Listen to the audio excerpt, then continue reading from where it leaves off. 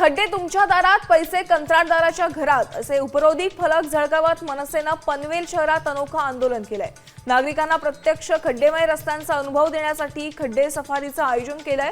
प्रवाशांनी भरलेल्या बसनं पनवेल शहरातील खड्ड्यांची सहल घडवण्यात आली। जळगावचे केळी विकास महामंडळ कुठे गेले असा प्रश्न माजी मंत्री तसंच विधान परिषदेचे सदस्य एकनाथराव खडसे यांनी विचारलाय। मुख्यमंत्र्यांकडे हा प्रश्न त्यांनी उपस्थित केलेला आहे। अनेक नेत्यांकडून केळी विकास महामंडळ स्थापन करण्याची घोषणा केली होती, मात्र अजूनही कार्यान्वित झालं नाहीये।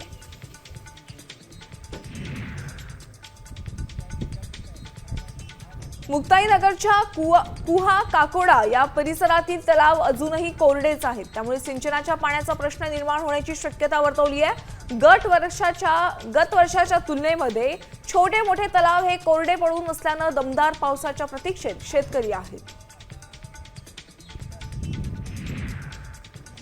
जळगावमधील बहुळा धरणाजवळ घाणीचं साम्राज्य पसरलंय। साफसफाई करण्यासाठी पाचोरा नगरपालिका आणि कोणत्याही सामाजिक संस्थांनी स्वच्छता मोहीम राबवली नाहीये, त्यामुळे परिसरामध्ये सफाई अभियान राबवण्याची मागणी पर्यावरण प्रेमींनी केली आहे। चांदवड भागातील शेतकऱ्यांनी आक्रमक भूमिका घेत थेट चांदवड प्रांत कार्यालयावर ठिय्या आंदोलन केलंय। चांगल्या प्रतीचा कांदा असूनही बाजारात फक्त 10 रुपये किलो दर मिळत असल्यानं शेतकरी संतप्त झालेत। नाफेड आणि एनसीसीएफच्या कांदा खरेदीवर तत्काळ बंदी घाला अशी मागणी जोर धरलीय।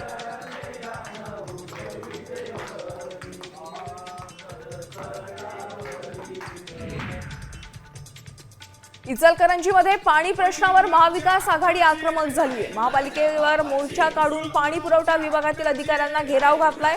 यावेळी आघाडीच्या कार्यकर्त्यांनी महापालिका प्रशासनाच्या विरोधात जोरदार घोषणाबाजी केली।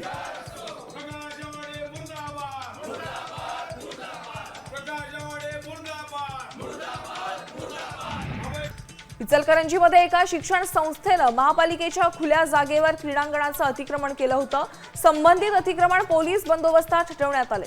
या कारवाईवेळी महापालिका पथक आणि शैक्षणिक संस्था समर्थक यांच्यात जोरदार वादावादी झाल्यानं तणाव निर्माण झाला होता।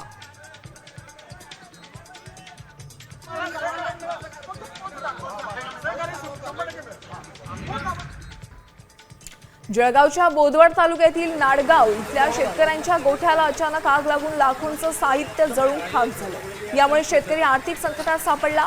पंचनामे करून मदतीची मागणी या शेतकऱ्यानं केली।